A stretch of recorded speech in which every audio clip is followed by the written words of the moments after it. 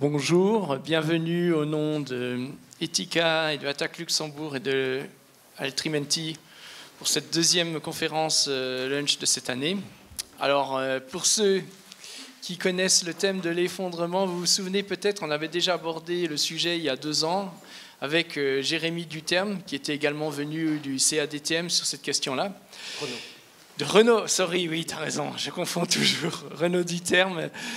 Et donc on est très heureux de pouvoir continuer cette discussion avec Jérémy Cravatte, qui travaille à la fois pour donc, le CADTM et pour l'ASBL Barricade. Il pourra nous en parler mieux que moi de ceci. Ce que je voulais juste dire, c'est que pour nous à Ethica comme à Tax, c'est des sujets qui nous tiennent vraiment à cœur. Déjà parce que, a fortiori au Luxembourg, ils sont relativement peu abordés par la presse et mainstream, mais aussi par la presse alternative. Alors que pour nous, quand on lit les rapports du GIEC ou plus prosaïquement même tous les rapports des experts qui travaillent sur les marchés financiers, les décloses d'un effondrement de civilisation sont vraiment là. Ils ne sont pas visibles, on va dire, à l'œil nu, mais si on s'intéresse un peu à ces questions, ils sont vraiment présents. Et donc c'était important pour nous d'adresser ces questions-là, non pas pour paniquer la population ou déprimer, mais plutôt pour rendre les citoyens vigilants à ces questions-là, parce que le moment venu, il va falloir réagir et ça risque d'aller assez vite. Et nous, évidemment, ce que nous souhaitons, c'est qu'à partir du moment où on pense malheureusement que nos vies vont changer radicalement pour des raisons donc financières, écologiques ou autres, il vaut mieux y être préparé et politiquement et socialement. Et donc c'est pour ça qu'on aimerait vraiment traiter ce sujet avec l'intervention de Jérémy. Mais en introduction, avant de lui passer la parole, on aimerait vous présenter un petit film qui a été, donc avec un intervenant que certains d'entre vous connaissent bien, puisqu'il s'agit de Pablo Servigne, donc l'auteur entre autres justement de Une autre fin du monde est possible, que j'imagine beaucoup dans cette salle ont déjà lu. Et donc voilà, on va donc montrer ce petit film et puis après Jérémy va pouvoir poursuivre après cette introduction. Merci.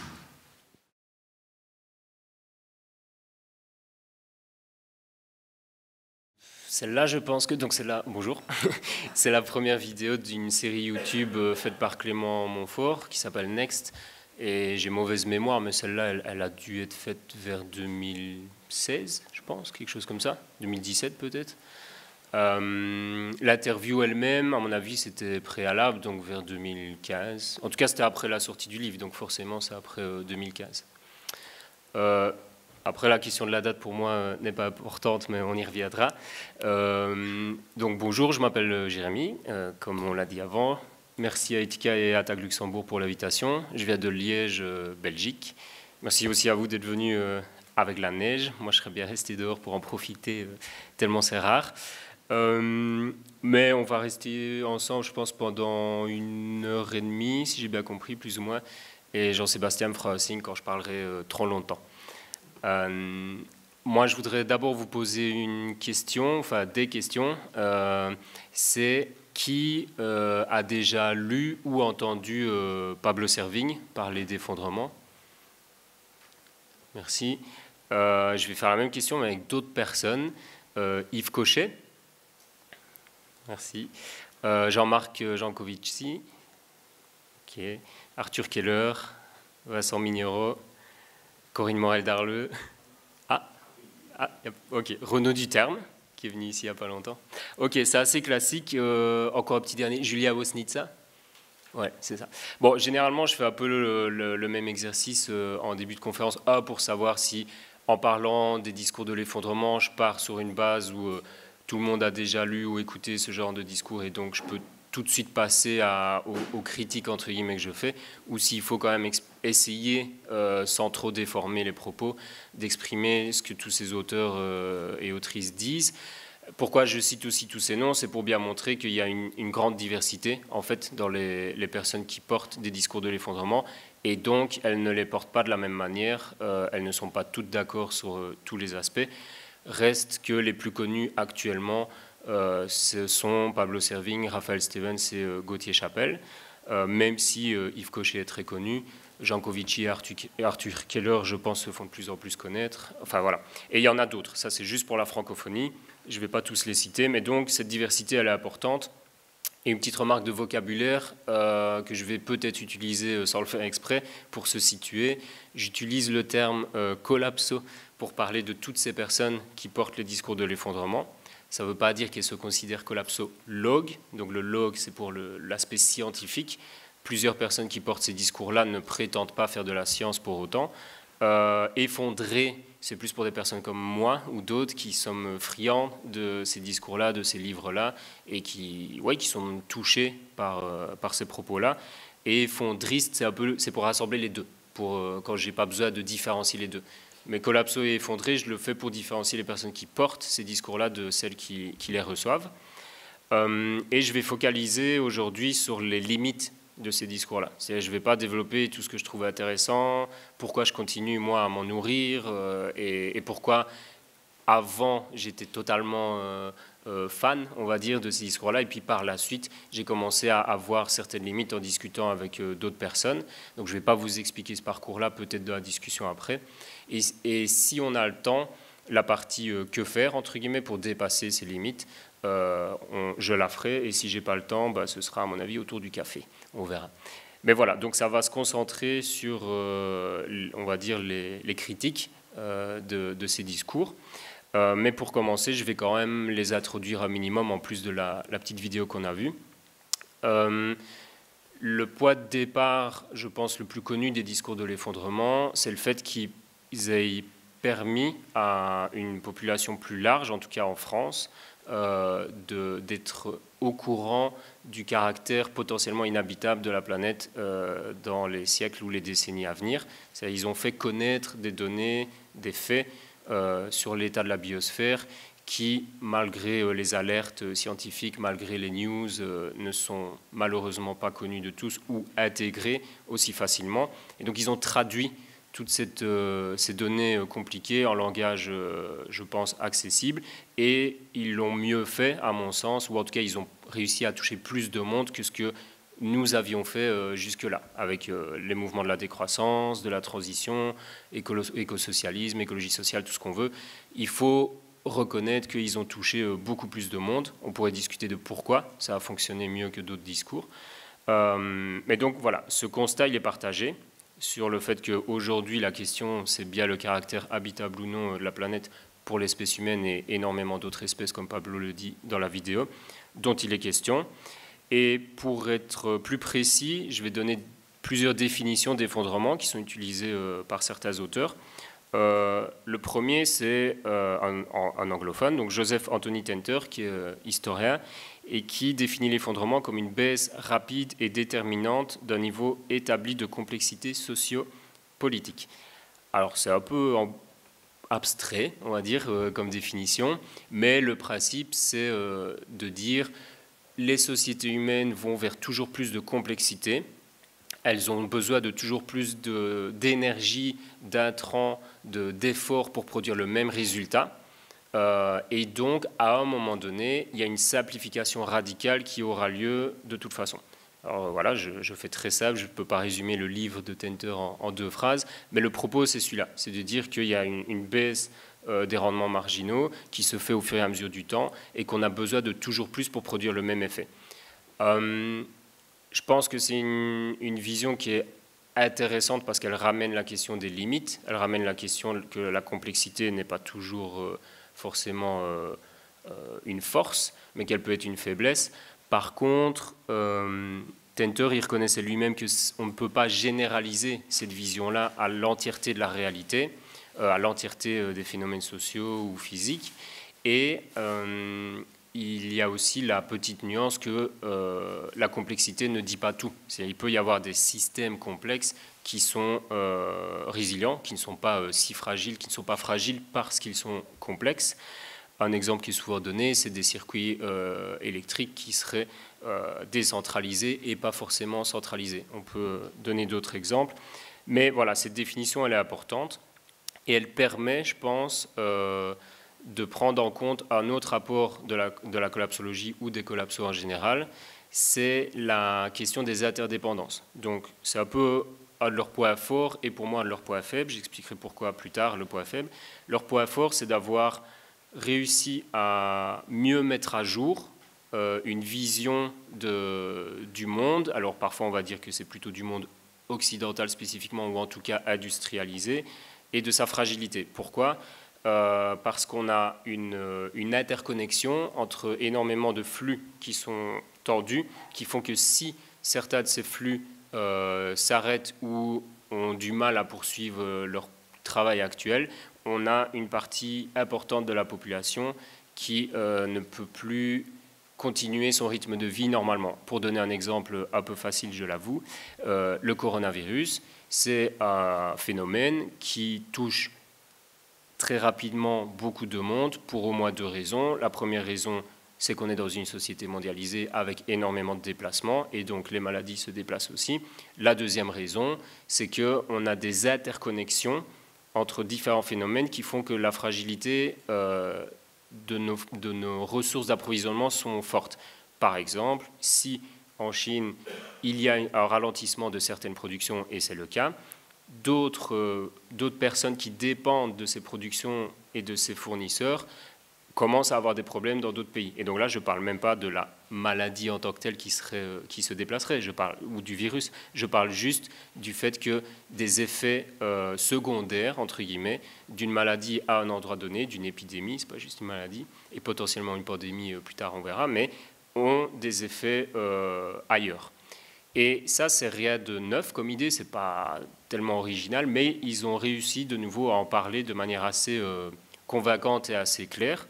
Et ça permet d'avoir une vision un peu plus, je pense, détaillée de la société dans laquelle on vit et de ne plus seulement se dire que les choses tombent du ciel. C'est une autre force des discours de l'effondrement, c'est un peu de revenir sur le matériel et de réfléchir aux chaînes d'approvisionnement dont on dépend.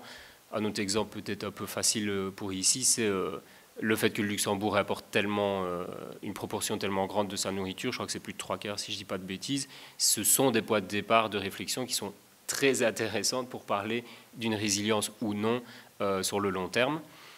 Le point faible, j'y reviendrai plus tard, c'est l'idée que ces flux et ces chaînes d'approvisionnement pourraient s'arrêter d'un seul coup.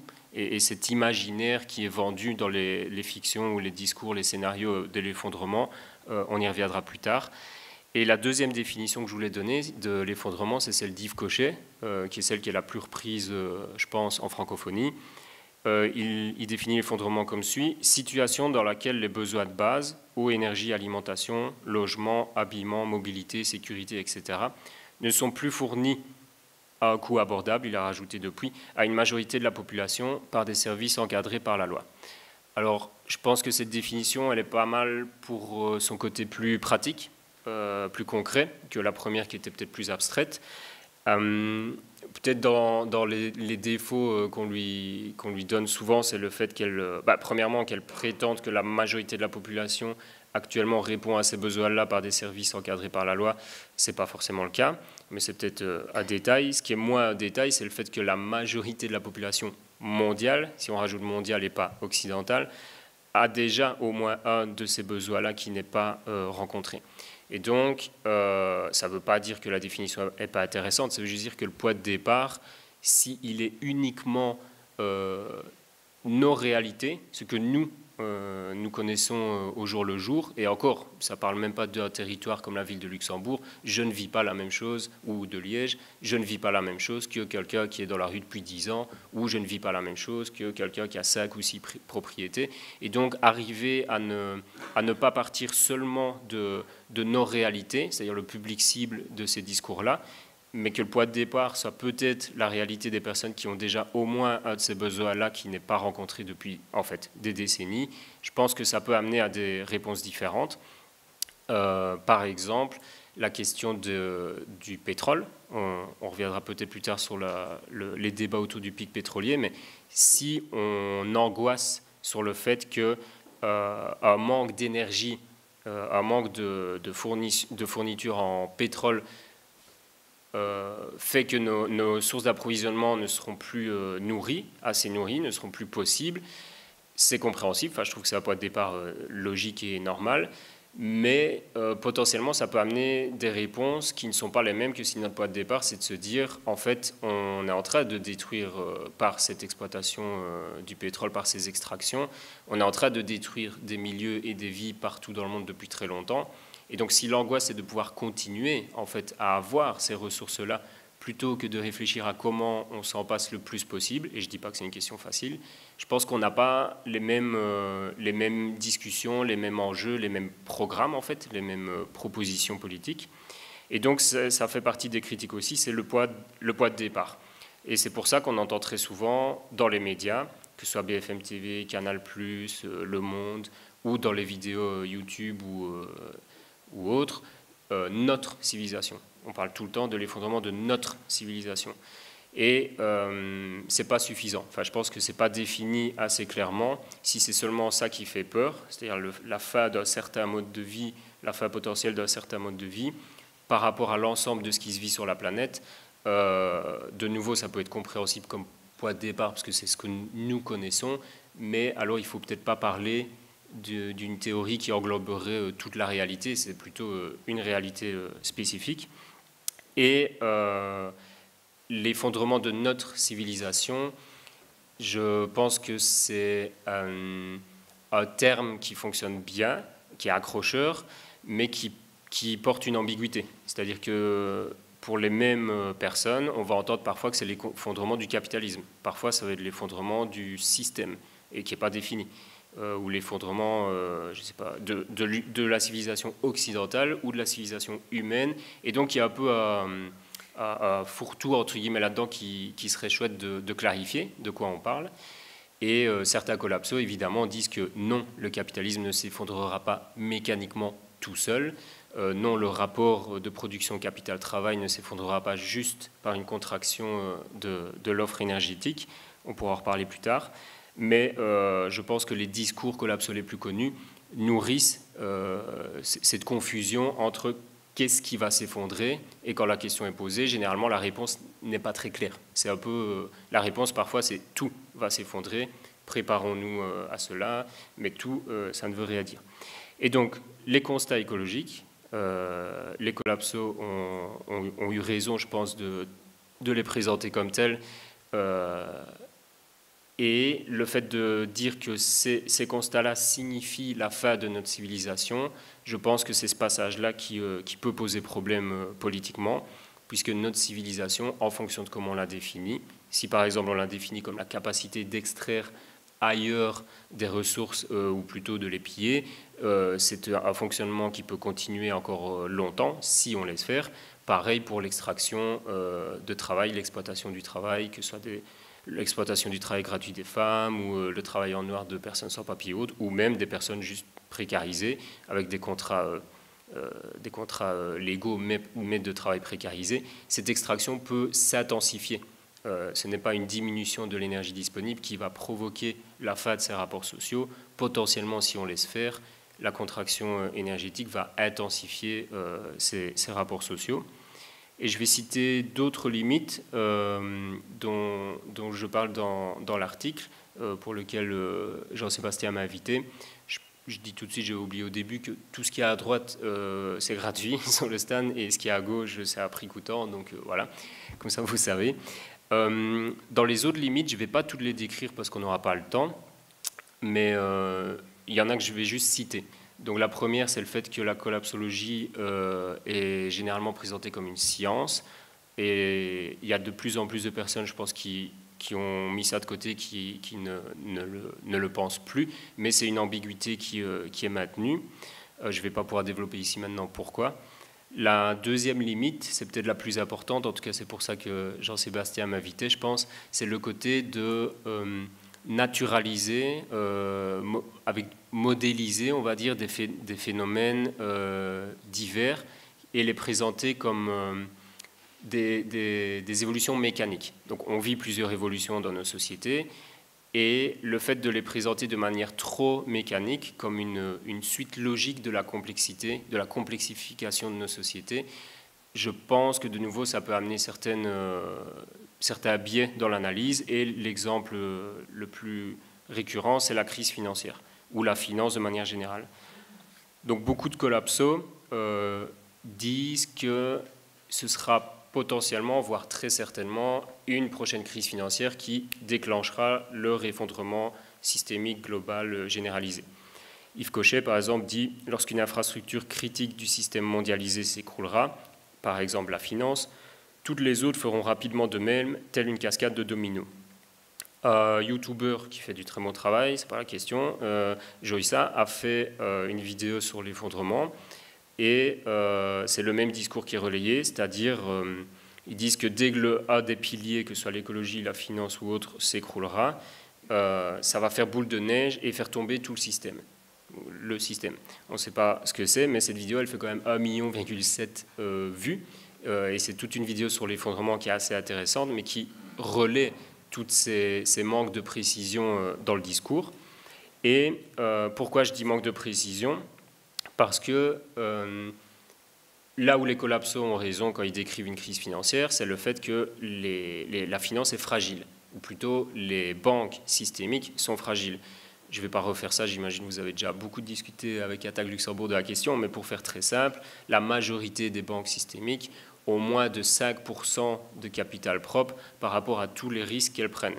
Et donc, si une partie de ces risques-là, une partie des engagements qu'elles ont pris ou une partie des dettes qu'elles sont censées récupérer, elles ne les récupèrent pas, elles peuvent être mises en faillite, ou en tout cas être objectivement en faillite, et donc nécessiter de recapitaliser, généralement avec de l'argent public.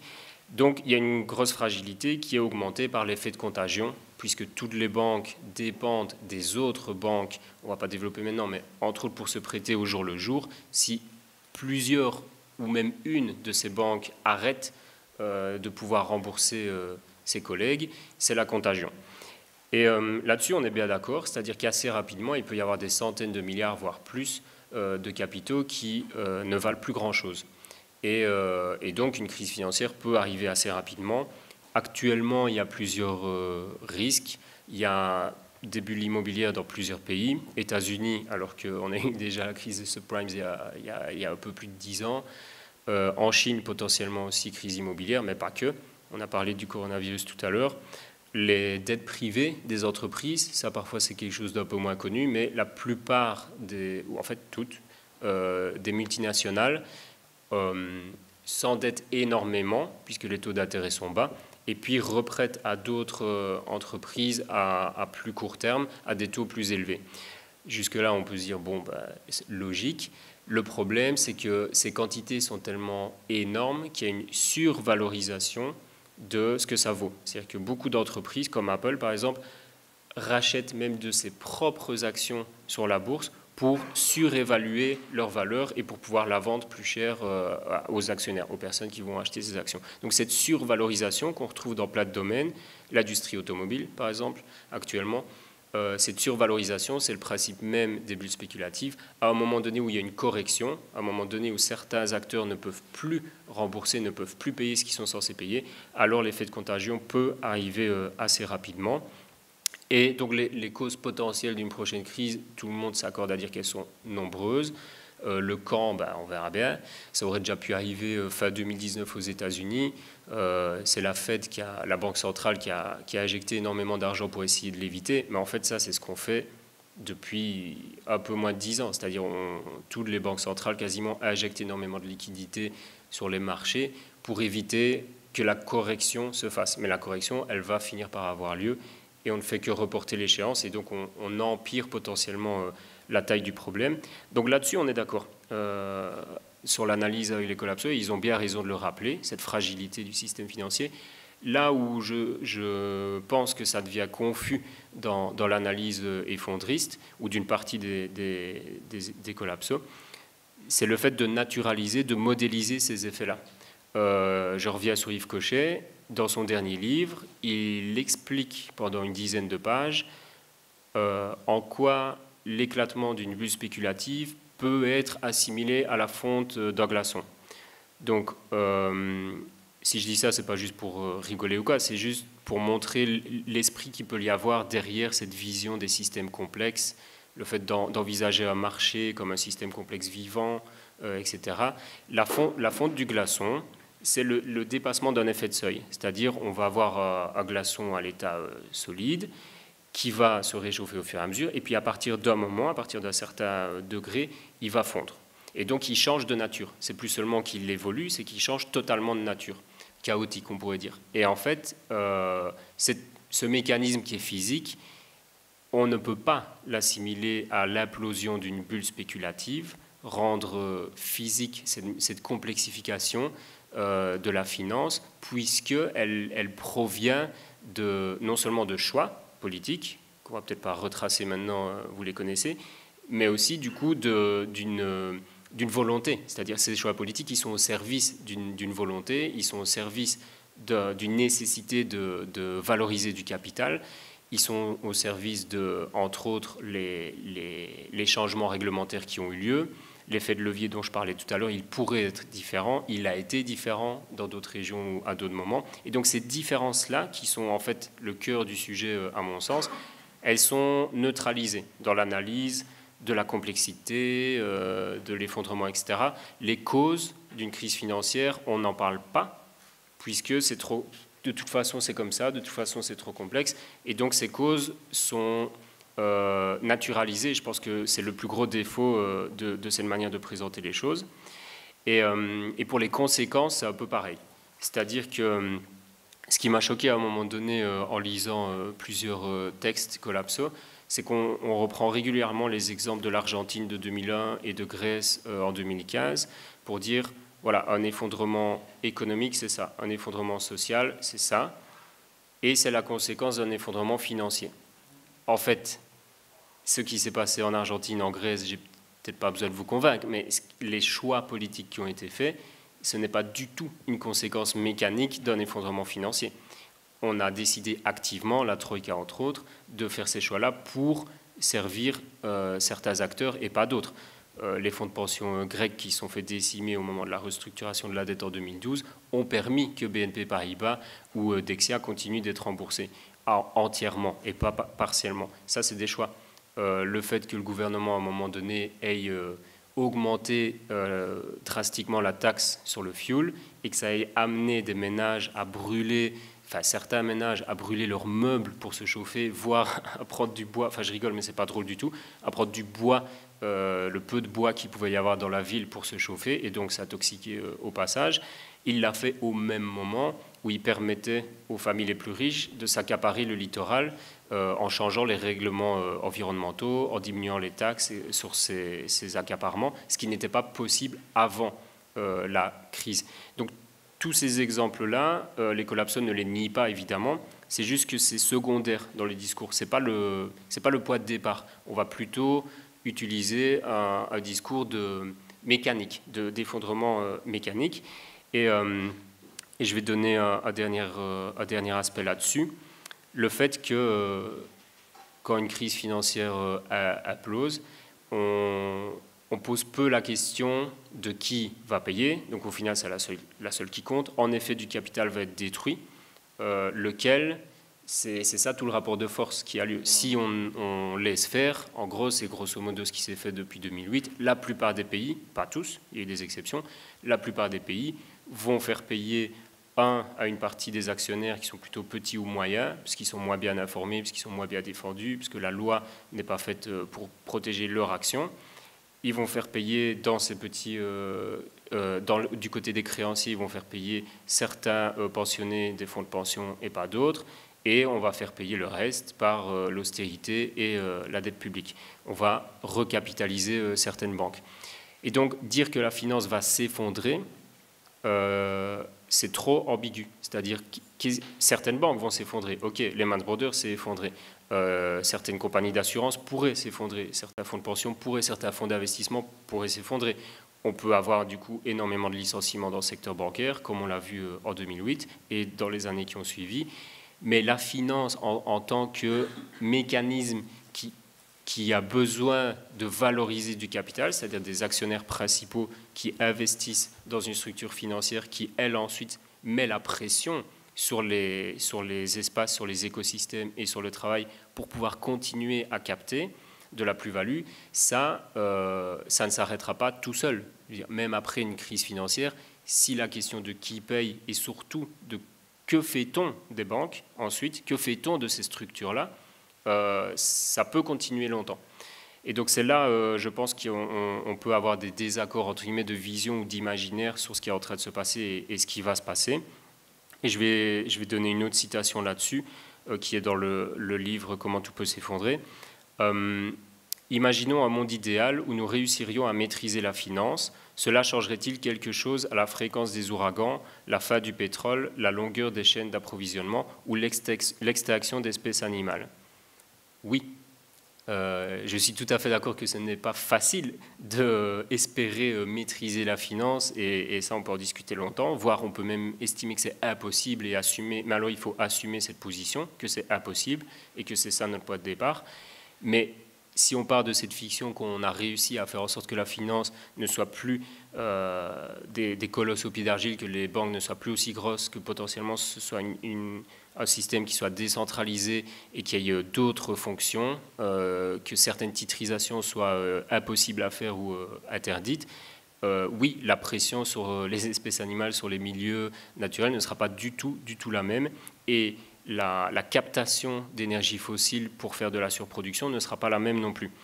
Et donc, je pense que ces distinctions, elles peuvent paraître secondaires dans la discussion, puisqu'on est d'accord sur le fait que la fragilité du système, et moi j'entends par là du système de production, est forte, mais il faut discuter de la fragilité pour qui et pourquoi. Et donc la priorité qu'on va donner aux choses, quels sont les secteurs qui vont être priorisés ou qui sont déjà priorisés aujourd'hui, quels sont les flux qu'on va essayer de maintenir malgré les dérèglements climatiques et malgré le fait qu'il y ait moins d'énergie disponible, moins d'énergie facile à extraire disponible, quelles sont les priorités. Et ça, de nouveau, ce n'est pas pour dire que les discours de l'effondrement sont nuls et non avenus, c'est beaucoup plus pour dire que c'est une limite qu'on pourrait dépasser et essayer de commencer à parler plus sérieusement de ces aspects-là.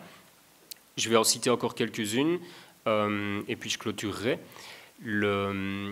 L'appel ambigu à l'acceptation, ça va être compliqué à développer si vous n'avez pas spécialement déjà écouté ou lu les différentes personnes que j'ai citées tout à l'heure, mais elles ne sont pas du tout toutes sur la même ligne. C'est juste qu'il y a généralement une psychologisation, on va dire, aux réactions que les personnes peuvent avoir au discours de l'effondrement dans leur diversité. C'est-à-dire que les réactions sont diverses, et c'est normal en fait, et c'est tant mieux, parce qu'ils touchent aussi des publics différents, et ça c'est de nouveau une de leurs forces. Le problème, c'est que puisqu'ils estiment que ce qu'ils présentent ne sont que des faits, donc au-delà de l'écologie, où là on est bien d'accord que ce ne sont que des faits, quand ils font des modélisations des effets d'une crise financière, par exemple, ce ne sont que des faits, selon eux, alors que pour moi, c'est une interprétation de ce qu'il se passe. Ils estiment que les personnes qui n'acceptent pas ça sont dans le refus, en fait, ou sont dans le déni. Et donc ça, je le répète, ils ne sont pas du tout tous d'accord. Il y en a qui sont beaucoup plus nuancés sur la manière de présenter les choses. Mais l'acceptation, on n'entendra aucun collapsologue dire il faut tout accepter, toutes les injustices, toutes les adaptations de la classe dirigeante au contexte actuel et à la crise, ou plutôt au basculement écologique en cours. Il n'y en a aucun qui dira ça. Par contre, dans les appels à faire le deuil du monde, de nouveau de manière ambiguë, sans préciser de quel monde on parle, et dans les appels à accepter le fait que ça va s'effondrer, sans dire de nouveau précisément de quoi on parle, il n'y a pas justement cette distinction entre ce qui est évitable et inévitable, entre ce qui est irréversible et réversible, voire acceptable et inacceptable. Ce n'est pas la même chose. Il y a des choses irréversibles qui sont inacceptables et qu'on va bien être obligé d'accepter, ça je suis d'accord. Je vais donner une citation également pour ce point-là. Renoncer à ce futur que l'on croyait tout tracé, une pension assurée, des enfants en sécurité, etc. C'est évidemment un changement radical de perspective avec une remise en question de notre identité. Face à ce déclin annoncé, le premier réflexe naturel consiste à refuser de voir la vérité en face. Ce deuil du monde d'aujourd'hui est particulièrement complexe à réaliser car nous sommes ambivalents par rapport à celui-ci. Nous chérissons une large facette positive de notre société, soit de santé, mode de transport, nouvelles communications, nous en détestons d'autres.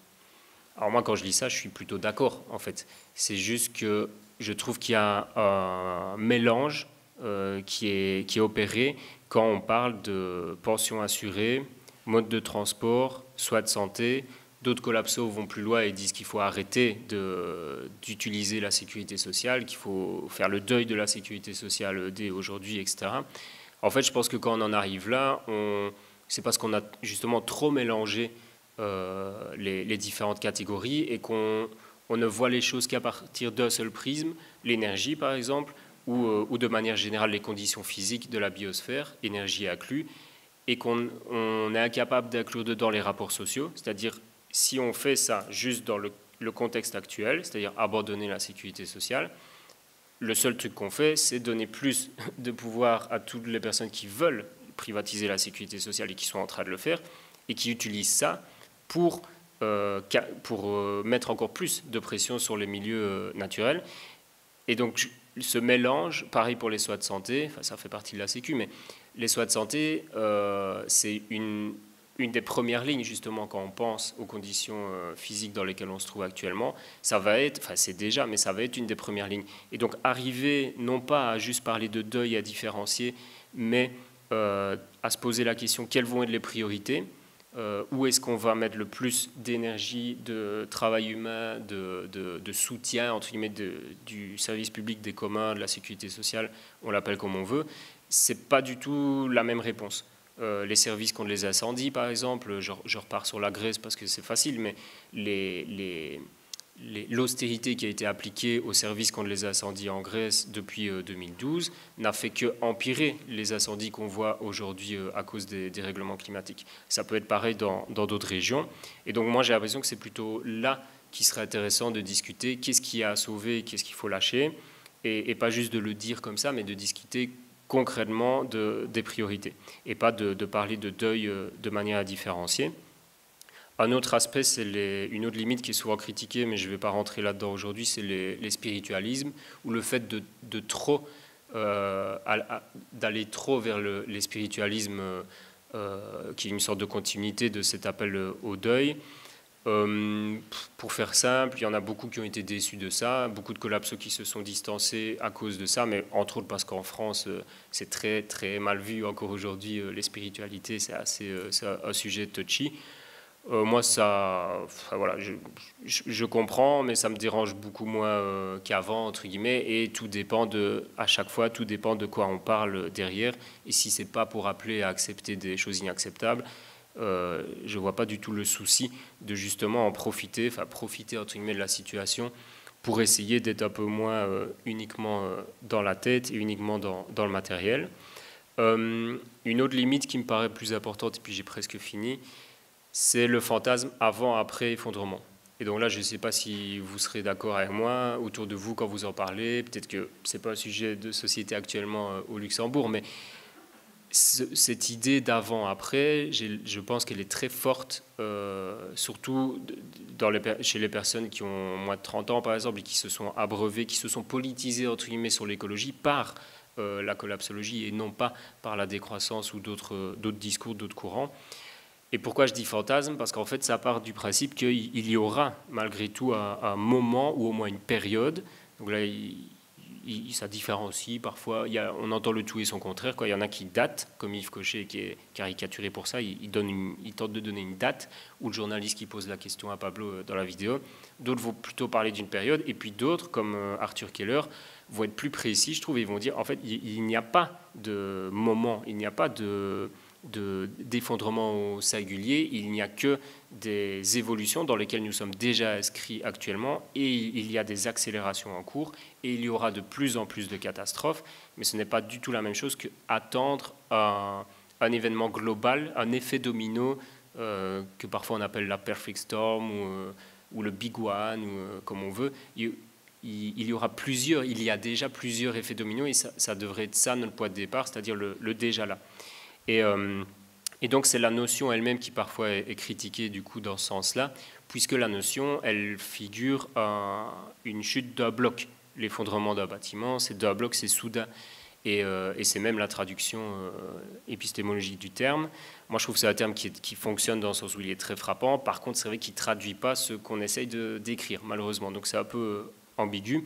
Et il peut produire parfois ce sentiment, justement, que du coup, on n'a pas de prise. Puisque le truc peut tomber d'un bloc, au-delà du fait qu'on sort de l'idée qu'on détruit la biodiversité, qu'elle est activement détruite, que ce n'est pas quelque chose qui tombe sur soi-même. Pareil pour le capitalisme, il sera détruit ou pas détruit, mais il ne va pas tomber sur lui-même. Au-delà de ça, il y a potentiellement la création d'une deuxième angoisse. C'est-à-dire qu'une première angoisse qui, moi, me paraît justifiée, qui est l'état de la biosphère, l'état physique du monde, etc. Et toutes les courbes vers lesquelles nous allons.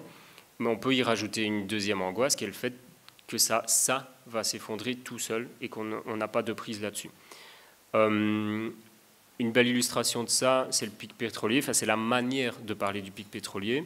Je ne sais pas combien de temps il reste, donc je ne sais pas si je vais me lancer là-dessus. Donc je ne me lance pas sur la manière de présenter le pic pétrolier maintenant, mais peut-être qu'on le garde pour le dessert. Et pourquoi je parle aussi de ce fantasme avant après effondrement, c'est parce qu'il est souvent accompagné du mythe, entre guillemets, d'une renaissance potentielle. C'est-à-dire qu'il y a vraiment cette vision que certains disent néomillénariste, voire parfois c'est assumé, revendiqué, ce néomillénarisme. C'est-à-dire il y aurait, alors on l'appelle si pas jugement dernier, si pas catastrophe, big one, tout ce qu'on veut, mais après potentiellement les survivants, qui seront beaucoup moins nombreuses, mais pourraient vivre une forme de renaissance. Et là, pareil, moi, ça me fait assez peur, parce que j'ai l'impression qu'on risque d'être déçus. Enfin, si on est nombreux et nombreuses à attendre cette fameuse table rase qui fera le ménage à notre place, et qui fait qu'à partir de là, on pourra peut-être repartir sur des bases plus saines, plus simples, plus concrètes. Voilà, enfin, je ne vais pas rentrer dans le détail maintenant, mais je pense qu'on risque d'être déçus parce que cette rupture, malheureusement, autant pour la finance que pour d'autres formes de domination, on va être obligé de s'y attaquer si on veut s'en libérer. Elles partiront pas d'elles-mêmes. Et c'est une critique, j'arrête là-dessus, qui est souvent faite par plus des courants décoloniaux ou quoi, c'est le fait que le récit de l'effondrement soit trop totalisant. Le fait qu'il essaye d'englober toute la réalité dans oui, c'est ça, un récit totalisant. Je pense que moi, c'est aussi ça qui m'a attiré dedans, c'est le fait que c'est rassurant de dire qu'on peut comprendre toute la complexité de ce qui est en train d'arriver en une seule grille de lecture, en un seul mécanisme. On peut tout rassembler dedans, alors que dans les faits, la réalité et la pluralité des mondes est beaucoup plus grande. C'est-à-dire qu'on ne peut pas... Enfin, on ne peut pas, c'est pas le bon terme, mais il me semble préférable de mettre en lumière justement la pluralité des situations, la pluralité des mondes et de comment les différentes régions ou différentes classes sociales sont en train de vivre les basculements en cours et de ne pas chercher nécessairement à avoir un mythe fondateur commun, un récit que tout le monde partagerait pour ensuite, soi-disant, se mobiliser sur la même base. Ça, j'avoue que j'y crois pas trop et je trouve que potentiellement c'est assez colonialiste comme manière de voir l'écologie ou le combat écologiste. Et les autres critiques qui sont régulièrement faites et que je ne vais pas développer maintenant, c'est l'éloge de la fuite. On peut l'appeler autrement. C'est un des titres d'un épisode de la série Next de Clément Montfort que je vous invite à regarder. D'ailleurs, elle est de toute façon très intéressante et assez diversifiée. Mais l'éloge de la fuite, en gros, ça fait référence à deux trucs qui sont souvent proposés par les collapsos, pas tous. De nouveau, certains collapsos se sont distancés à cause de ça. C'est le fait de construire des petites communautés les plus résilientes possibles. On pourra y revenir après. Moi, je trouve que c'est plutôt bon, mais sauf si on ne pose pas la question de comment on le fait potentiellement tous et toutes, et pas seulement une petite minorité de survivants, survivantes potentielles. Et le terme, d'ailleurs, m'amène là. La deuxième éloge de la fuite, entre guillemets, c'est les survivalismes. Alors, les survivalismes, c'est de nouveau un sujet touchy, assez caricaturé, j'en conviens, mais c'est une des réponses qui est souvent soit apportée, soit souvent mise en valeur plutôt par les médias de masse, parce que c'est un phénomène intéressant à regarder, tout ce qu'on veut, mais en fait c'est un réel phénomène. Et une des choses qu'on disait avec d'autres personnes qui nous intéressons au discours de l'effondrement, c'est le fait que vouloir apprendre un peu plus d'autonomie, vouloir développer des techniques très concrètes pour être plus autonome que quelqu'un qui a travaillé toute sa vie sur un bureau et un ordinateur, ça c'est tout à fait valable et on est nombreux à l'avoir fait quand on était adolescent ou à l'avoir fait plus par après. Et je suis assez d'accord sur le fait qu'on ne le fait pas assez. Mais par contre, mélanger ça, c'est-à-dire cet intérêt, voire cette nécessité à s'approprier des savoir-faire concrets, avec comme les premiers secours, genre l'escalade, ça peut être tellement de choses, et faire du feu, mais mélanger ça avec les milieux survivalistes qui ont une spécificité, il me semble quand même assez forte.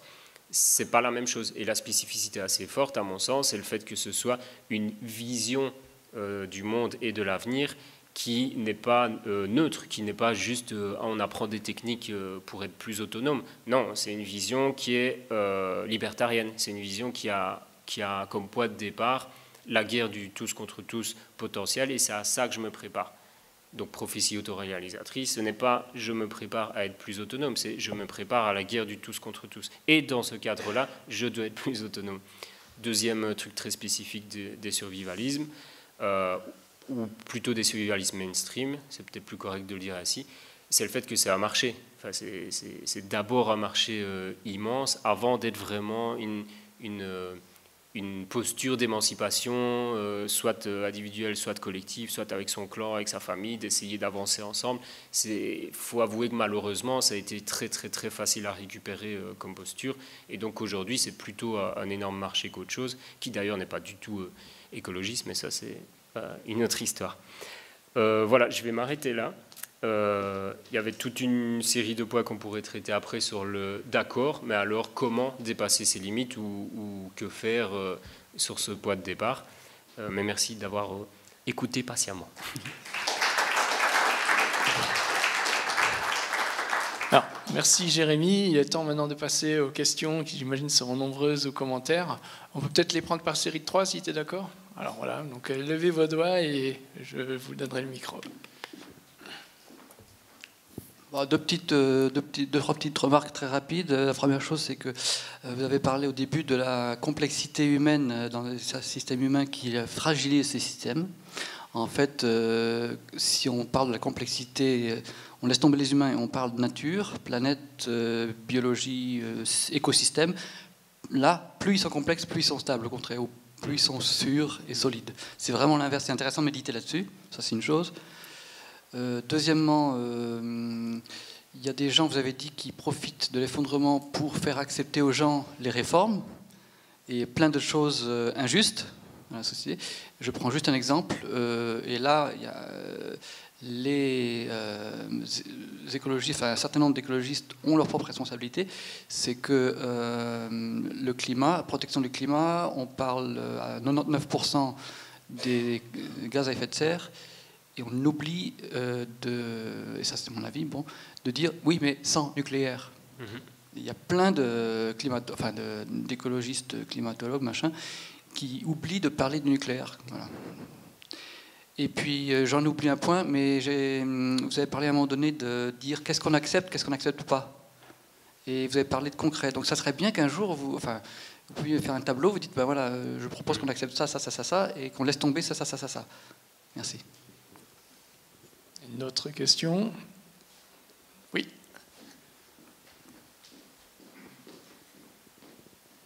Merci. Moi, je ne connaissais aucun des noms que vous avez cités au départ, donc j'étais vierge, sauf Cochet, parce qu'on se l'est tapé comme ministre et comme député. Donc, bon, et toute la solution qu'il a trouvée, lui, c'est de se réfugier dans sa ferme en Bretagne et effectivement de faire ce que vous avez dit, c'est moi je me démerde pour survivre et que les autres crèvent. C'était un peu ça qu'il dit. Ceci étant, est-ce que vous ne pensez pas que tous ces gens sont un peu, pour moi, les idiots utiles du capitalisme, parce qu'effectivement, le capitalisme ne va pas s'effondrer, mais il est clairement en train de muter. Quand on voit que son représentant principal à la Maison-Blanche va à l'encontre de tout ce qu'on nous raconte sur le libéralisme depuis, grosso modo, Thatcher et Reagan, et lui vient avec des théories complètement contraires, on voit bien que le capitalisme mute et s'adapte. Et ces gens-là, par leur discours, de mon point de vue, sont les complices des tenants du changement du capitalisme. Encore une troisième question? Non, je ne vois pas de bras. Ah. Oui. Oui, attendez, mais il y a même monsieur qui voulait poser. Ah non, mais vous avez la bonjour. Vous avez parlé de plusieurs idées, de plusieurs théories au début, mais je ne sais pas, j'ai remarqué en personne des collapsologues ou personne n'a mentionné ou a parlé des guerres ou l'anticipation d'une guerre ou peut-être la transition ou la transformation des luttes économiques internationales ou régionales à une guerre, envers une guerre peut-être pas nécessairement globale ou mondiale, plutôt dans des zones, dans des régions.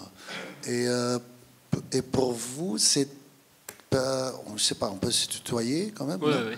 On parle de l'effondrement, on peut se tutoyer quand même. Alors, pour toi, c'est laquelle est l'idée la plus proche pour toi personnellement? Merci.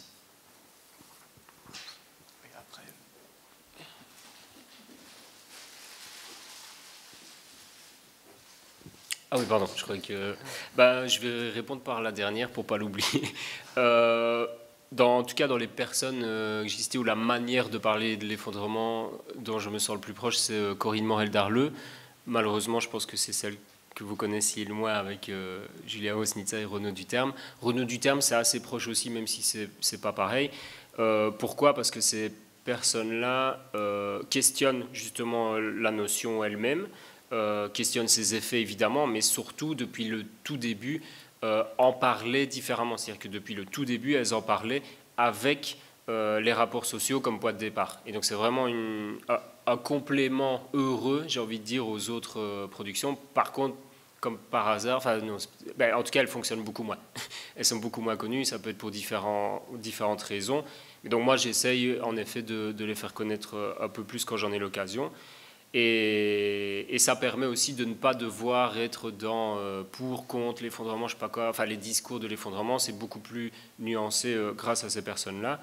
Et dans les personnes que je partage pas tout ce qu'ils disent, mais que je trouve qu'ils sont plus précis et donc plus concrets, c'est Arthur Keller, par exemple. Arthur Keller, il est peut-être moins connu aussi, mais lui, il vaut vraiment la peine, en tout cas pour les personnes ou pour... Comment tu dis ? Non, lui, il n'était pas dans la vidéo. J'ai une autre vidéo où il y a plus une compilation pour montrer la diversité, justement, et lui est dedans. Mais vous pouvez trouver assez facilement, je pense, des interventions de lui. Par exemple, il intervient dans le documentaire Foutu pour Foutu, qui est un documentaire qui a été fait par un couple d'une vingtaine ou 25 ans, je ne sais plus, vingtaine d'années, qui je trouve est assez révélateur de la manière dont on peut percevoir ce récit-là. Et le petit passage d'Arthur Keller est limpide pour moi. C'est vers le début, voilà, c'est en libre accès sur Internet, Foutu pour Foutu. Et sur le reste, la complexité, ou en tout cas, oui, c'est ça, que dans les écosystèmes, on va retrouver... Une complexité qui, au contraire, est source de résilience, on va dire, ou de solidité. Et ça, il faut avouer que les collapsos les plus connus, en tout cas, le mettent en avant. Ils ne vont pas du tout l'opposer ou quoi. Et d'ailleurs, au moins des trois, voire deux des trois, si je me souviens bien, sont dans le biomimétisme, et donc étudient beaucoup ces sources d'inspiration pour les fonctionnements humains. Donc ça, c'est assez intéressant. J'avais envie de revenir un petit peu sur le modèle de Fouit, entre guillemets. Vous avez cité Yves Cochet qui est limite fier de dire... En gros, il dit à tout le monde, vas-y, fais pareil. Et si tu peux pas, je suis désolé pour toi, bah voilà, tu vas crever quand même, bon, c'est comme ça. Et en fait, au moins, lui, il l'assume. Tu vois, je veux dire, moi, c'est le minimum que je lui rends, c'est le fait qu'il assume, je trouve, plus que d'autres, cette position. Et si on ne l'assume pas et qu'on estime être dans une logique de, en fait, il faut qu'un maximum de personnes puissent se donner les moyens d'augmenter leur autonomie et de diminuer leur dépendance par rapport aux chaînes d'approvisionnement actuelles, qui sont en effet gérées d'abord par le capital, c'est-à-dire d'abord par une nécessité de faire de la plus-value, et donc qui produit de la surproduction dont on n'a pas besoin, qui gaspille énormément. Si on est là-dedans, alors je trouve que le modèle qui est un peu vendu, de dire on va essayer d'acheter des lots de terre, etc., dans les meilleurs endroits en France, etc., potentiellement, je trouve ça hyper violent, parce qu'en fait, on prétend qu'on parle de décoloniser les imaginaires, etc., mais donc, on ne part pas, quand on parle d'écologie, on ne va pas partir des personnes qui, par exemple, sont dans la banlieue parisienne et expliquent très clairement que les seuls animaux qu'ils voient, ou la plupart des animaux qu'ils voient, c'est des pigeons, des cafards, des rats, et que s'ils veulent se ressourcer, tout ce qu'ils ont, c'est un parc artificiel à 1h30 de chez eux, de chez elles. Pour moi, ça, ce serait un bon point de départ de l'écologisme, si c'est le rapport à son milieu, si c'est l'art d'habiter son milieu. Mais si on part de, voilà, on essaie de trouver les meilleurs endroits accessibles pour les personnes qui s'organisent, non seulement ça veut dire on devrait assumer, je trouve, de s'en foutre des personnes qui, déjà aujourd'hui, n'ont pas un milieu écologique viable, et ce sera pire demain. Mais deuxièmement, ça veut dire qu'on ne décolonise pas nos imaginaires. Enfin, ça veut dire qu'on accepte que pour faire ça, on a besoin de capital de départ, qu'on a besoin d'emprunter parfois à une banque, ou même sans emprunter. Mais en tout cas, qu'on a besoin de respecter la concentration de la propriété privée dans ces régions-là, ou dans toutes les régions de manière générale. Et donc, je trouve que dire que soi-disant on est dans un format de décoloniser les imaginaires juste parce qu'on se rapproche de la nature qui n'existe pas, mais d'un milieu moins bétonisé, etc. Je trouve ça un peu léger comme décolonisation des imaginaires, et c'est parce qu'il me semble que la réponse collective est beaucoup plus difficile. C'est-à-dire arriver à essayer de proposer des réponses qui soient un corps social qui va réagir à la situation, dans les soins de santé, dans les luttes contre les incendies, ou ailleurs. C'est beaucoup plus ce que va faire Corinne Morel-Darleux, par exemple. Elle va se questionner comment on fait pour se donner plus de moyens collectivement d'échapper entre guillemets au piège de la société industrielle, et c'est pas du tout le même chemin, je trouve, et c'est beaucoup plus difficile que ce qui me semble être une fuite compréhensible, mais pas du tout un modèle, et le mettre en modèle, je trouve ça assez violent. Idiot utile du capitalisme, ça j'avoue, j'en sais rien, je ne me suis pas posé la question avec cet angle-là. Peut-être à cause ou grâce à toute cette diversité qu'il y a chez les collapsos, et en plus à l'intérieur même de chaque auteur, en tout cas les plus connus, il y a un peu le tout et son contraire, quoi. Politiquement, en tout cas, il y a vraiment un mélange. C'était peut-être pour ouvrir plus de portes et plaire à plus de monde, mais en tout cas, il y a des incohérences régulièrement, et donc je ne peux pas personnellement dire, voilà, là, ils font vraiment le jeu du capitalisme. Par contre, c'est vrai que j'ai l'impression que si certaines choses ne sont pas clarifiées, et si le discours continue, donc le discours sur l'effondrement, qui n'est pas devenu mainstream, mais qui est quand même devenu en France, en tout cas, assez récurrent et assez présent, et dans tous les médias de masse, et assez régulièrement, c'est pas juste une fois un reportage, c'est soutenu, et dans la presse écrite. Si ce n'est pas clarifié, je pense que oui, potentiellement, ça peut faire le jeu de l'adaptation du capitalisme à la situation actuelle. C'est-à-dire que dans ces adaptations-là, il va y avoir des propositions de se serrer la ceinture, mais pas seulement en termes de revenus, de se serrer la ceinture en termes de rapport au déplacement, de rapport aux soins de santé, de rapport à plein d'autres choses. Et le problème, c'est que si on ne différencie pas les mesures qui sont proposées pour des raisons de maintenir ce rapport social, c'est-à-dire de pouvoir maintenir le niveau de valorisation du capital, de ne surtout pas toucher à ça, si on ne différencie pas ça juste de mesures nécessaires pour avoir de l'eau en Wallonie, par exemple, quand il y a un stress hydrique, alors on risque de faire un mélange assez malsain et en effet d'être les idiots utiles du système qui essaiera de se réadapter à cette réalité. Et pour prendre un exemple assez concret, en Belgique, il y a une asso qui est assez chouette qui travaille sur ces questions-là, construire un déclin.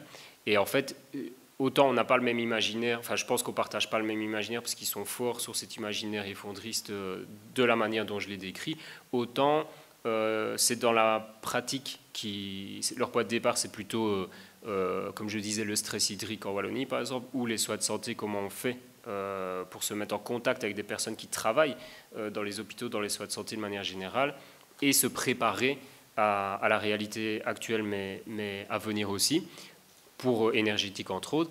Et le fait de partir du concret, je trouve que c'est plus intéressant parce que là, les divisions entre guillemets ou les désaccords peuvent subvenir sur pas seulement sur des théories ou des principes ou du rationnel ou des idées, des idéologies, mais vraiment sur est-ce que la manière dont vous présentez ça ou vous vous préparez est bonne, enfin bonne, nous convient ou non. Et je suis un peu long, mais je dis ça pourquoi? Parce que le rapport aux armées, par exemple, j'en profite pour répondre à une autre question, la thématique des guerres qui en effet est centrale, un peu je veux dire comme la finance, il n'y a pas besoin d'opposer, c'est pas couper les thématiques, c'est très présent dans les discours de l'effondrement, donc ça je ne peux pas dire qu'il le nie ou qu'il le mette de côté, c'est vraiment un sujet qui est présent. De manière trop floue, de nouveau, je trouve trop ambigu, trop fourre-tout, mais c'est un sujet qu'ils ne nient pas du tout. Ils sont plutôt même sur une ligne de dire il va y avoir dévastation, il va y avoir des guerres, ce sera une manière de rétablir l'équilibre, naninana. Ils ne disent pas que c'est positif du tout, ils disent qu'a priori c'est quelque chose d'inévitable. Et le rapport aux armées, de nouveau, ça dépend vraiment qui. Ils n'ont pas du tout tous les mêmes positions là-dessus. Mais une chose qui moi, me frappe assez actuellement, c'est une sorte de naïveté. Alors, est-ce qu'elle est volontaire ou pas, je ne sais pas. Mais dans le rapport, justement, au pouvoir en général, aux structures au pouvoir et aux armées en particulier. C'est-à-dire qu'on part d'un constat commun qui est de dire les armées, c'est quasiment la structure qui est la mieux au fait des risques systémiques, des interconnexions, du fait que pour protéger certains flux, il va falloir mettre certaines choses en place, etc. Mais quel flux, on protège quel flux et pour qui? Et les armées font aussi partie des structures qui non seulement sont le mieux informées, mais qui ont le plus de moyens de répondre à des périodes de crise. Et en fait, je comprends que du coup ce soit des interlocuteurs qui ont une expertise particulièrement précieuse et que, ok, pourquoi pas éventuellement, ça dépend des positions idéologiques, mais discuter avec des personnes des armées pour discuter de la réalité présente et future. Par contre, je trouve que la manière d'envisager ça, de nouveau, est très naïve. Par exemple, ils vont reprendre une brochure qui a été publiée par le gouvernement, je crois que c'était suédois. En Belgique, maintenant, on a une brochure sur le risque nucléaire. Enfin bref, il y a un peu, en Allemagne, il y a d'autres brochures. Je ne sais pas ce qu'elles valent, celles-là, je ne les ai pas vues. Mais des brochures, en gros, qui expliquent aux gens comment se préparer à des risques.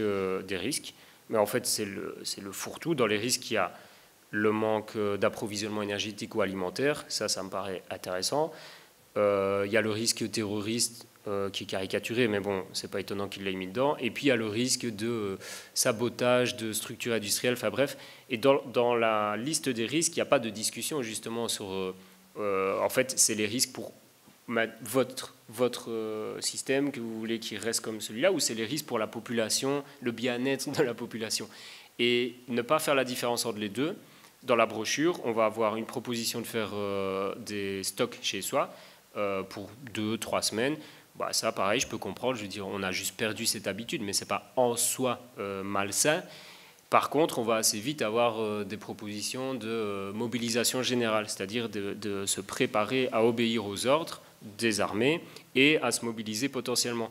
Et ça, je veux dire, tu dis juste ça comme ça, tu dis voilà, et en Belgique, on devrait faire pareil. Le gouvernement belge devrait se préparer et faire des brochures comme ça, parce que la brochure a été envoyée à chaque habitant, habitante. Donc le principe, c'est ça, c'est d'informer, soi-disant, pour se préparer au risque. Moi, je suis tout à fait d'accord qu'on devrait s'informer entre nous et de quel risque on parle, mais pourquoi? Pour les intérêts de qui? Et la naïveté, je la retrouve là. C'est-à-dire, potentiellement, on peut faire les idiots utiles au système, c'est que puisqu'on refuse de remettre en cause pour qui ils préparent ça, dans quels intérêts, qu'est-ce qu'ils veulent maintenir, bah là on rate l'essentiel, quoi, je pense. Il y a encore le tableau avec les qu'est-ce qu'on garde et qu'est-ce qu'on garde pas. Ouais, bah exactement. En fait, pour moi, c'est un peu un des exercices que chaque groupe un peu d'effondristes ou effondrés, on pourrait faire parce que. Et on a essayé un peu de commencer à le faire à Liège, c'est pas forcément facile, mais par exemple sur la couverture végétale, on se retrouve avec, un peu comme ici, mais avec plus de retard, on refait notre tram, enfin on remet un tram chez nous. Et donc la ville a dit on va couper 450 arbres. Bon, pour Liège c'est beaucoup, parce que Liège c'est beaucoup plus petit qu'ici. Mais on va reverdir la ville vu qu'on va en planter 900. Et donc nous on est là, on dit attends, en fait nous dans la case de garder, on voudrait garder le maximum des 450 arbres parce qu'ils font partie de ceux qui arrivent à survivre aux conditions écologiques actuelles, et c'est pas rien. Et c'est pas des arbres qui ont 10 ans, c'est des arbres qui ont 70, 80, parfois plus. Et donc on en a besoin pour plein de raisons différentes. Et donc, nous, on propose plutôt de garder le maximum, genre 350, je ne sais pas, le plus possible, et de planter 900 arbres. Et en fait, cette bataille des idées, des priorités, de qu'est-ce qu'on garde, qu'est-ce qu'on... elle est trop faible, en fait. On est plutôt dans une phase, je trouve, actuellement, où bah, la ville a dit ça, donc, OK, il y aura plus d'arbres qu'avant. Mais non, en fait, ce n'est pas du tout les mêmes. Ce sera des arbres de pépinière. On ne sait pas s'ils vont survivre aux conditions écologiques à venir. On ne sait pas nécessairement d'où ils viennent, etc. Et puis ça, c'est con, mais ils ne tombent pas du ciel, donc il faut les produire, ces arbres, et ce n'est pas gratuit, quoi. Mais donc cet exercice, moi, je trouve qu'il est pas mal parce qu'il permet peut-être de dépasser les joutes verbales ou les trucs qui... C'est important, hein, pour moi, l'idéologie et le débat d'idéologie, c'est vraiment très, très important. Mais avoir quelques exercices pratiques comme ça entre nous, je trouve que ça permet de vraiment comprendre qu'on n'est pas nécessairement dans les mêmes imaginaires, qu'on n'a pas les mêmes priorités matérielles concrètes, ou même qu'on n'envisage pas la même chose. Il y a pas mal de fictions post-effondrement entre guillemets qui se font sous forme de documentaires, sur des BD ou des romans. Et un que j'ai trouvé vraiment chouette, c'est celui de Antoinette Krichner qui a écrit, enfin je suis plus sûr du nom de famille, désolé, mais qui a écrit, je pense qu'elle est suisse, Après le monde.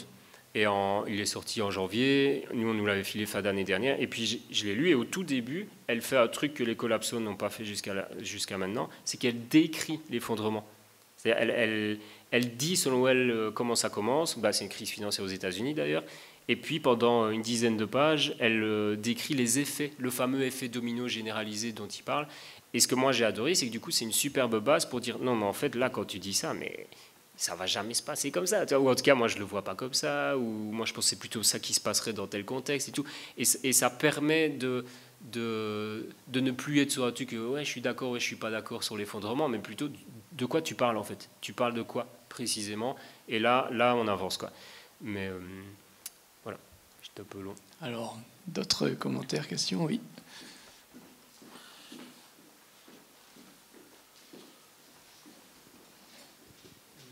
J'avais une question sur l'utilisation du mot naturalisé. Ce que vous entendez par là, c'est donc de coller des notions sur les processus naturels sur des processus sociaux. C'est ça que vous entendez par ce terme? Plusieurs, ou je réponds direct? Ok. Enfin, moi j'avais encore une autre... Enfin,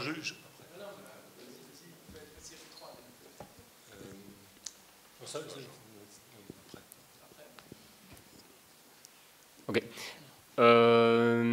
Oui et non.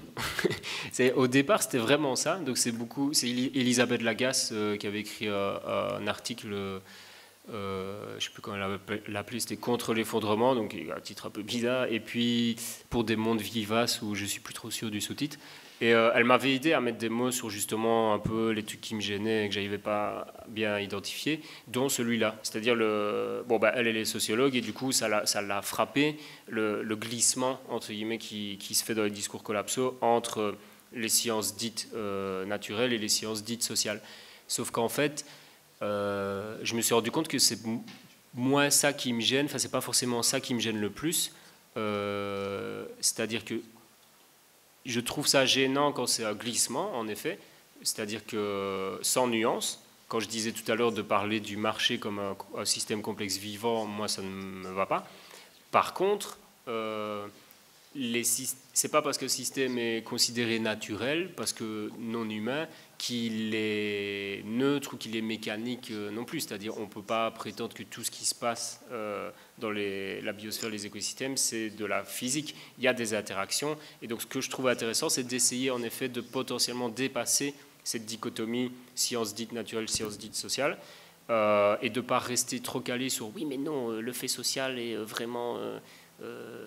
n'a rien à voir avec le reste, etc. Je peux me faire assez facilement convaincre qu'il y a des interactions qui ont lieu, et d'ailleurs, pas mal de scientifiques essayent de faire jouer ces interactions, et d'ailleurs, d'autres sociétés n'ont jamais différencié nécessairement ces savoirs-là, quoi.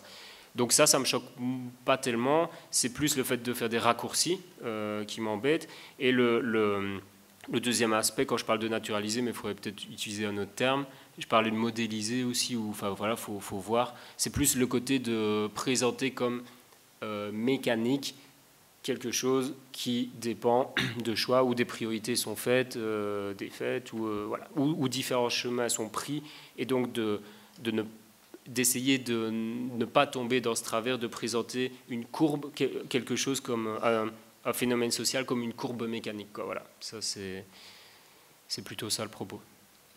Alors, d'autres bras ou il y a juste... ok.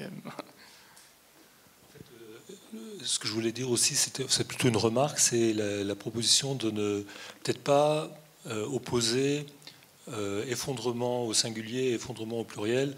C'est-à-dire, je pense que ça risque d'être une réflexion un peu courte, parce que je pense qu'on assiste déjà à des mini-effondrements, au moins dans le monde naturel, et vouloir les opposer à un grand avant-après, en fait, moi je pense que l'un n'exclut pas l'autre, en fait.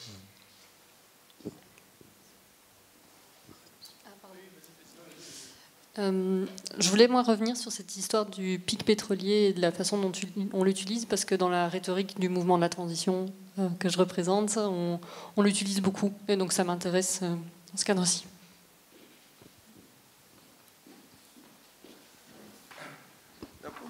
C'est juste une remarque pour tous ceux qui espèrent que l'effondrement, puisqu'on parle d'effondrement, va conduire à... J'aimerais qu'on arrête de parler de l'effondrement de Lehman Brothers, parce que Lehman Brothers s'est pas effondré. Lehman Brothers, il a été sacrifié par ses concurrents commerciaux, et les gens qui ont pris la décision de le sacrifier, ils ont tous fini dans l'administration Obama. Donc il faut arrêter de parler de l'effondrement de Lehman Brothers. Et ceux qui croient et qui rêvent que le système va s'effondrer par le bon Dieu, ou je ne sais pas ou une vague se berce d'illusions, ou mentent. Merci, je trouve que c'est une bonne illustration en fait de dire qu'est-ce que tu signifies quand tu dis la finance s'effondre. En fait, non, faut vraiment parler plus précis. Est-ce que la majorité des personnes qui à ce moment-là avaient plusieurs dizaines de milliards ou plusieurs milliards ne les ont plus? Est-ce qu'ils ont arrêté d'utiliser ce capital de départ pour mettre la pression? En fait, c'est ça, je pense, qui est le plus important, que des figures de style ou des symboles, des images qui fonctionnent. Et je comprends qu'elles fonctionnent, mais comme je disais avec la chaîne YouTube, tu vois, c'est un problème qu'un YouTuber aussi...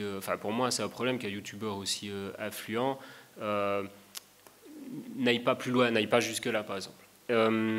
Et alors, sur le avant-après, ça m'intéresserait d'en discuter plus en détail, puisque c'est une question que je me pose. Est-ce que opposer, comme je le fais, les deux, c'est vraiment utile? Moi, j'ai l'impression que oui, parce que ça me frappe. Par contre, puisque je vois qu'il y a aussi toute une série d'autres personnes qui... elles s'en foutent, en fait. Ça ne fait pas de différence. Que ton imaginaire, ce soit un truc à un moment donné, ou la continuité de ce qui se passe avec les catastrophes, les accélérations qui vont augmenter, pour elles, si ça ne fait pas de différence, alors je suis d'accord que c'est inutile. Par contre, je me suis retrouvé quand même dans plusieurs discussions, en assemblée climat, par exemple, ou sur des actions ou quoi, à me rendre compte qu'on n'allait pas du tout dans la même direction. justement en termes d'imaginaire et que du coup ça bloquait et qu'il nous fallait au moins une demi-heure pour éclaircir. Non mais en fait, qu'est-ce que tu veux dire par là, quoi. Et donc ça nous bloquait. Et je vais prendre 2 exemples que j'avais mis de côté là-dessus pour savoir si justement ça c'est quelque chose qui pour vous c'est des phrases qui résonneraient ou non, ou si ça fait aucune différence. Moi c'est ce genre de phrase qui fait que ça m'a bloqué, quoi.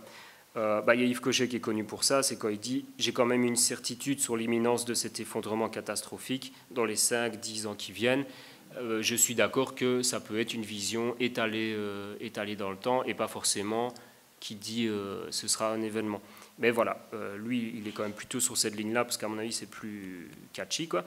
Canal+, qui dit « Et si le terrible effondrement général de notre civilisation, le collapse dont tout le monde parle en ce moment, avait vraiment lieu bientôt ?» Là, ça commence déjà à me gêner plus, parce que je dis non, mais en fait, c'est en cours. Enfin, tu vois, il n'y a pas besoin de différencier. En fait, c'est ça, il n'y a pas besoin de différencier. C'est en cours. Arrête d'attendre quelque chose de plus gros ou de je sais pas quoi.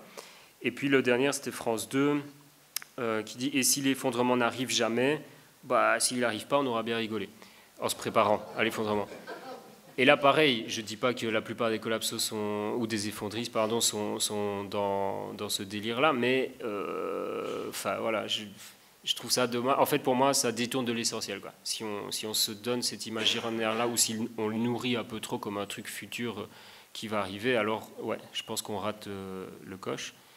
Et le pic pétrolier, peut-être j'arrête après ça.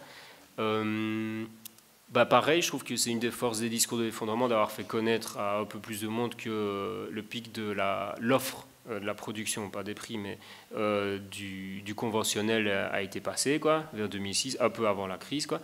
Donc ça, je trouve ça bénéfique. Par contre, ce que je trouve vraiment dommage, c'est qu'ils aient continué à présenter la courbe en cloche, c'est-à-dire le fait que on a produit de plus en plus, et puis hop, ça va se casser la gueule quasi verticalement, ou en tout cas de manière très très abrupte. Or, ils le savent, ce qui s'est passé ou ce qui se passe en ce moment, c'est une forme de plateau. Donc on n'est pas en train de faire ça, on est en train de faire ça. Et ce n'est pas une bonne nouvelle nécessairement. C'est-à-dire que pourquoi on est sur un plateau, entre autres parce qu'il y a eu le schiste, parce que malheureusement, il y a des nouvelles ressources pétrolières qui sont accessibles avec la fonte des glaces, parce que le public subsidie énormément les choses qui sont actuellement non rentables. Donc je suis tout à fait d'accord avec l'analyse que la plupart des pétroles, même conventionnels, sont de moins en moins rentables, mais les variables d'ajustement, c'est détruire plus la nature que ce qu'on pouvait avant, c'est-à-dire défoncer les codes environnementaux, c'est la main-d'œuvre, et ce que je dis souvent, c'est qu'on peut aller jusqu'à l'esclavage. Enfin, on le sait que l'esclavage existe toujours, et donc pourquoi pas, malheureusement, imaginer qu'on puisse aller jusque-là pour extraire, et les subsides. Le fait qu'on utilise l'argent public pour compenser cette baisse du taux de profit. Mais donc, oui, malheureusement, les énergies fossiles, je pense qu'il en reste encore beaucoup trop par rapport à la lecture effondriste. Je ne dis pas qu'on serait au paradis si du jour au lendemain, on ne pillait plus la plupart du globe pour avoir nos chaînes d'approvisionnement. Je ne dis pas que ce ne serait pas un problème. Justement, il faut partir de nos dépendances pour savoir comment on essaye d'être dans des liens de réciprocité et non pas de pillage, quoi. Et de quoi a-t-on besoin pour survivre? Est-ce qu'on peut survivre sans ce pétrole, etc. Ça, c'est des vraies questions. Mais présenter la chaîne de réaction comme quand il n'y aura plus de pétrole, les magasins au Luxembourg seront vides en 3 jours, je ne sais pas quoi, ça, pour moi, c'est intéressant pour capter nos dépendances, mais c'est une image. C'est-à-dire qu'on n'aura pas les magasins vides en 3 jours parce qu'on va continuer à extraire. C'est plutôt une continuité, une dépendance qui est beaucoup trop forte et de laquelle on doit parler. Mais le pic pétrolier, malheureusement, il y a après j'arrête, promis, il y a une différence de temporalité. C'est-à-dire c'est même une erreur, je pense, de temporalité, de dire il va y avoir, il n'y aura plus de pétrole, le jour où il n'y aura plus de pétrole, tac, et donc effondrement, alors qu'à mon sens, et je peux me faire contredire, ça m'intéresserait là-dessus, mais on va d'abord potentiellement détruire les conditions d'habitabilité, enfin les conditions de vie possibles, avant qu'il n'y ait plus d'énergie disponible, quoi. Et donc, de nouveau, ce n'est pas le même imaginaire et donc potentiellement pas les mêmes réponses. Voilà. Alors, merci Jérémy. Alors si jamais il y avait quelqu'un qui voulait encore poser une dernière question, c'est le moment, mais je ne vois pas de bras levé. Si. Ok, et bien vraiment la toute dernière, et puis après de toute façon il y aura toujours du temps pour la discussion. C'est juste une petite remarque ironique. Pour le Luxembourg, je suis pour l'effondrement de la spéculation immobilière. Pour pouvoir m'acheter un appartement à 100 000 ou un studio à 50 000. Merci. Alors, comme d'habitude, je vous donne rendez-vous avec Attaque pour notre programmation Le Monde en Doc à la Cinémathèque. Donc, on parlera d'un phénomène qui est heureusement assez rare au Luxembourg, mais beaucoup plus fréquent en Afrique. Donc, on parlera des mutilations féminines.